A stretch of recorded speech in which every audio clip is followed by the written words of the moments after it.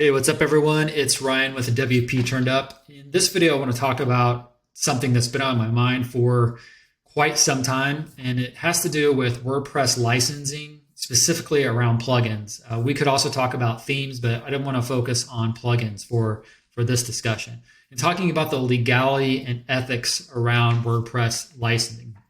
I've had questions on my mind about this for years. Clients have asked questions. Other agencies have asked me questions in certain circles, and no one really seems to have a clear answer, which is why I've recently started drawing more attention to this. I've got my own questions that I would love to have answered. I have formed a conclusion of my own, right or wrong, that we will get to at the end of this video. This is going to be all audio, so if you are watching on a device or your computer or whatever, you can just set me down if you are on a device, or just flip to another screen and just listen to the audio. Nothing to show here, just me rambling on, riffing on these points here. Okay, first up, WordPress, the open source project. This is how they deem it. It's written right there on the WordPress.org website. WordPress is open source software. What is the definition of open source? Denoting software for which the original source code is made freely available and may be redistributed and modified. Okay. And again, we are focusing on WordPress plugins for this discussion, which, because of the ecosystem it runs in, WordPress, which is open source, WordPress plugins are often open source. Talking about vendors, vendors have no real recourse for policing the distribution of their plugins. Think GPL websites, for example. Now, there are outliers. If plugins require a license key to function, then that is a different story. Then they do have a way to police in that case. But by and large, vendors have no real recourse for policing the distribution of their plugins. Vendors have made the choice to operate in an open source ecosystem. They knew what they were signing up for. Some vendors could care less. Any advertising is good advertising. Some vendor solutions don't obfuscate the license key, making the licensing free to distribute across the web. I have a lifetime unlimited site license for a particular plugin that I installed to update some guides and documentation on recently, and was reminded that the license key is right there. It's not obfuscated. Any client that had that key on their site could take that key and redistribute it to the entire web. Okay, so that it's either it's just careless, like they just didn't think to do that, or they could care less. So it's careless or care less. They could care less if it's redistributed across the web. It's back to the previous point. Any advertising is good advertising, okay? Some vendors put up a posture that they care and will take legal action, but it's just posturing in most cases from what I've seen.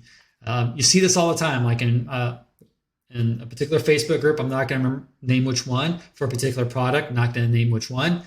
Someone brought something up and they're like, oh, we will take all this legal action against you and all of this stuff. But a lot of time it's just posturing. It's not even worth their time to go after somebody that's in another country that may not even be using the right, their actual name and identity. It's just posturing. Okay. And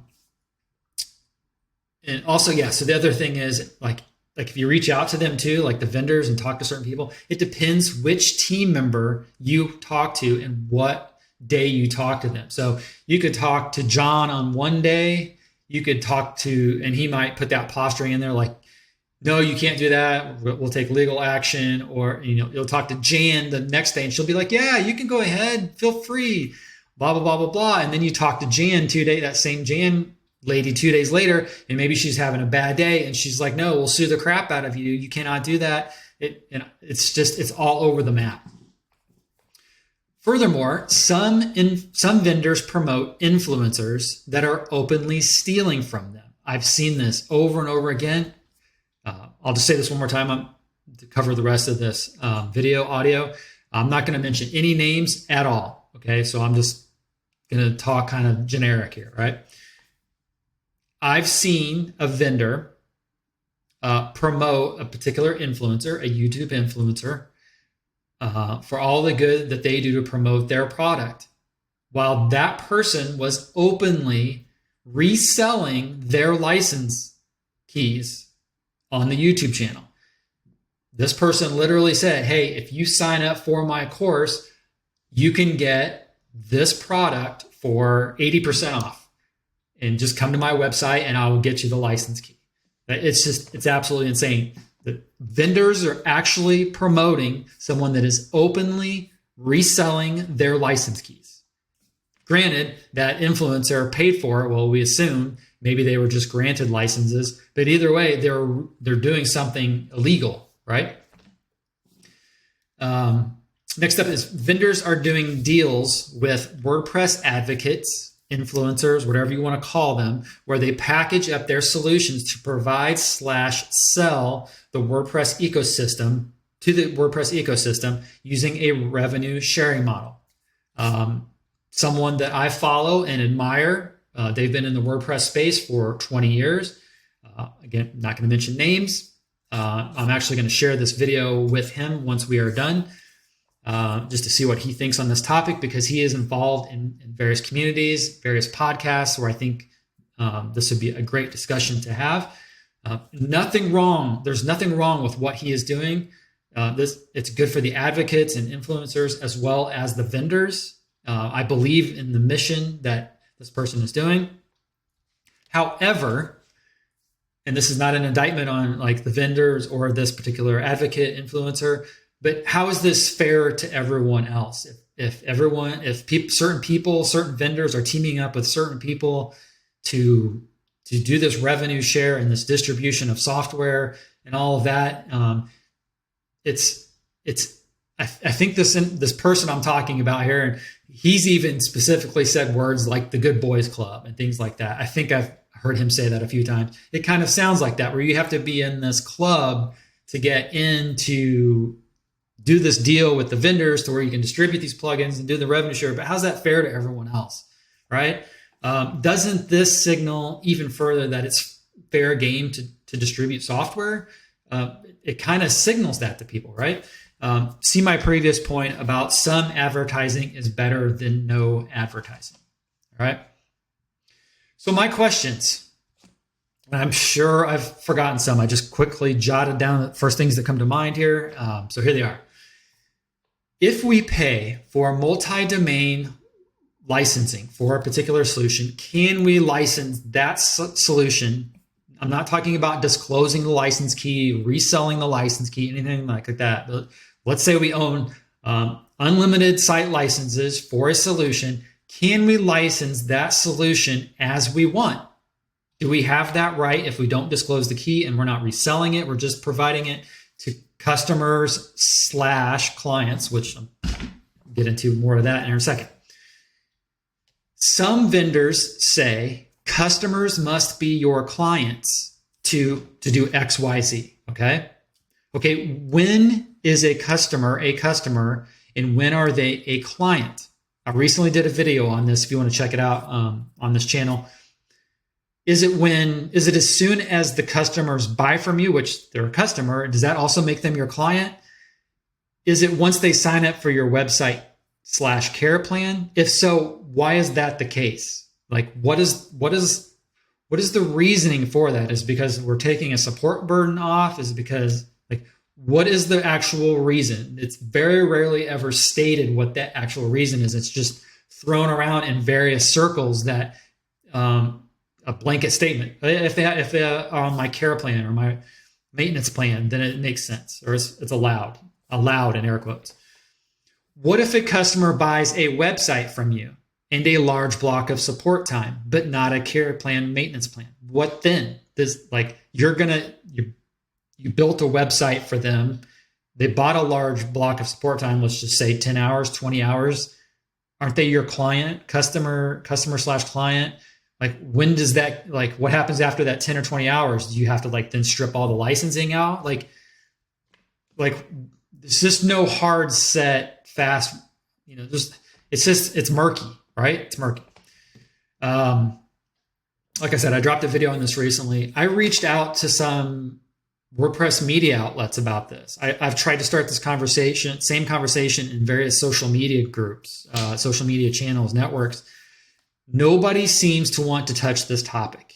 Maybe nobody cares, and it's just the WWW, which I kind of jokingly, the Wild Wild West, WWW, but maybe nobody cares. Maybe it's, like I said, it's posturing. Nobody really cares underneath. Some advertising is better than no advertising. You see what I mean?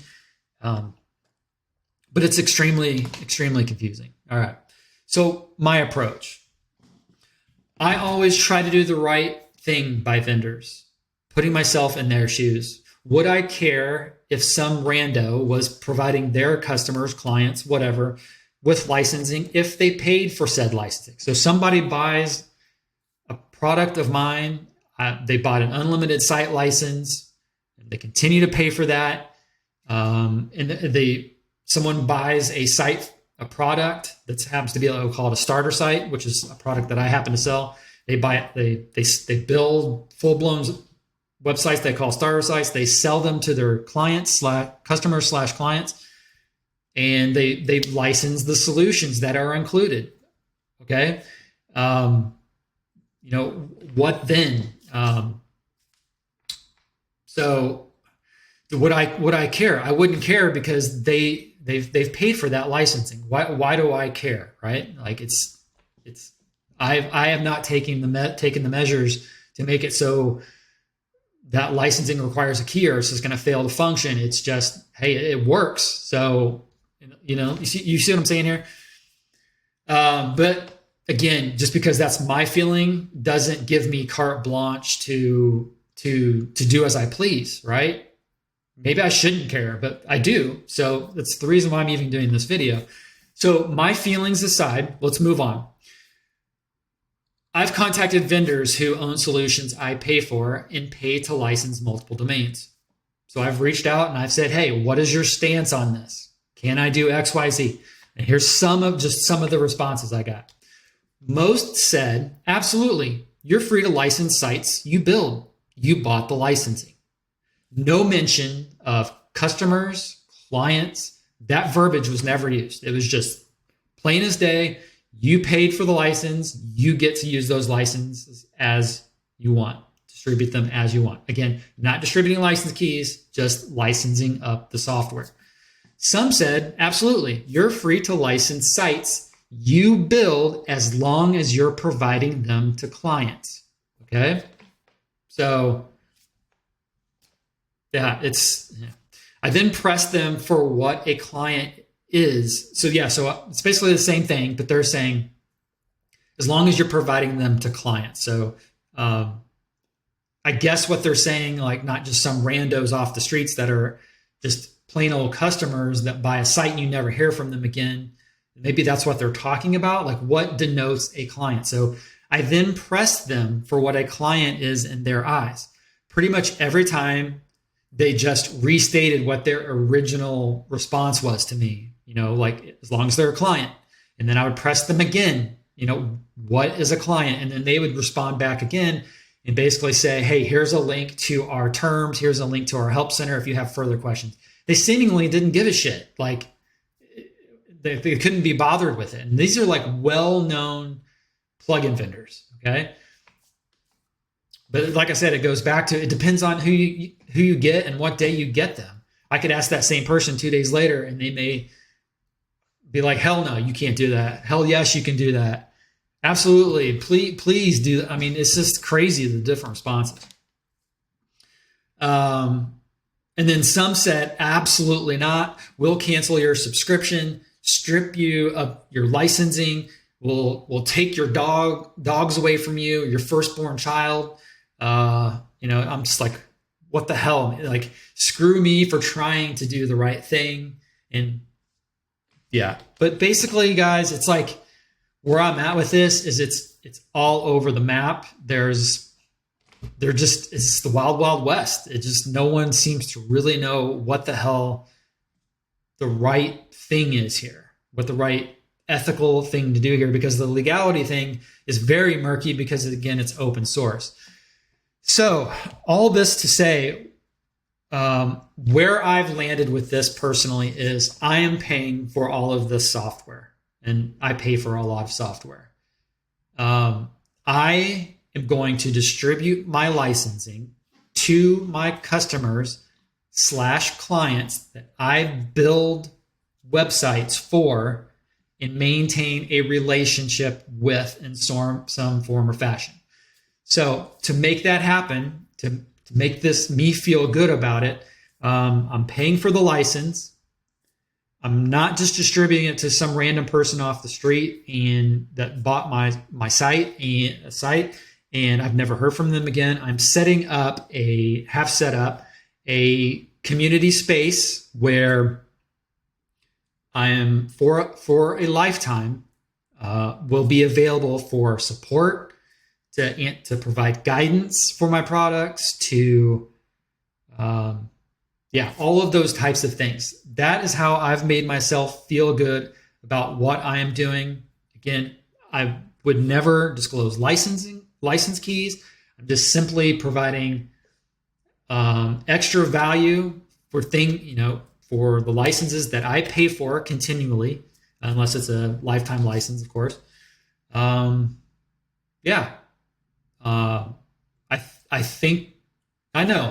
feel good about that, where I've landed on that. I would love to know your thoughts. As somebody who does website care and maintenance, I think that saying that someone has to be under a website care or maintenance plan, which can cost, upwards of, $100, $150, $200, $300. I think that thinking is wrong. I got it in the beginning and, whatever, but what are you really doing there? Like, you're helping, and what are you doing other than what I'm proposing here? And that I've set up a dedicated lifetime space to provide support. So another piece of that is, these people are not these customers, clients. I don't even know what the hell to call them. You see what I'm saying? It's confusing. So I'm just going to call them clients from now on, because that's the relationship that I'm setting up, is for them not to just be customers by having this long-term relationship. They are not to reach out to the vendors for support. That is being made super, super clear. They risk losing their licensing if they do that, because as someone who provides support, that is the biggest time suck in my entire business. And it would be completely unfair if clients reached out to the vendors to try to get free support outside of the support I'm going to be providing them, because they haven't paid for their own licensing. So that is another part of the puzzle that I have implemented on my end, making it crystal clear you are not to reach out to the vendors and bother them. They've got enough on their plate. It's not fair. They don't owe you anything in the support realm. That is on me. It is on us as a community where I'm providing the support, this community space. That's another important thing. And that brings me back to the website care and maintenance thing. I could see where the thinking would be there, because you're the one reaching out to the vendors to get support for your customers and clients. But that is what I'm going to be doing as part of this community space that I have set up for my clients, where we're going to do community-based support. And if need be, I will reach out to the vendor directly to help all of us, because the fact is that if one of us is going through an issue with said plugin, then there's a chance that 5 of us are, 10 of us are, maybe all of us are going through the same issue. We've found the same bug. We're facing the same issue, all that type of thing. So anyway, I think you see where I'm at with this. I'm in a good place with it, but I would love to know your thoughts. If you think otherwise, how you're doing it, how you approach it. Ultimately, I would just love this to get out there. I don't need any credit for this. If you're a media outlet watching this, I don't need any credit. I would just love this to be out there in the open and people having a great discussion about it. So it helps others understand, not just the agent, not just WordPress, the WordPress agencies, any customers in the WordPress ecosystem, clients in the WordPress ecosystem. So everybody kind of gets on the same page, if that's even possible. All right, guys, I'm rambling. I'm gonna get off here. Hope you enjoyed this video, this discussion, and it gets the gears churning. And yeah, just trying to figure it out like everybody else. Thank you and have a good one.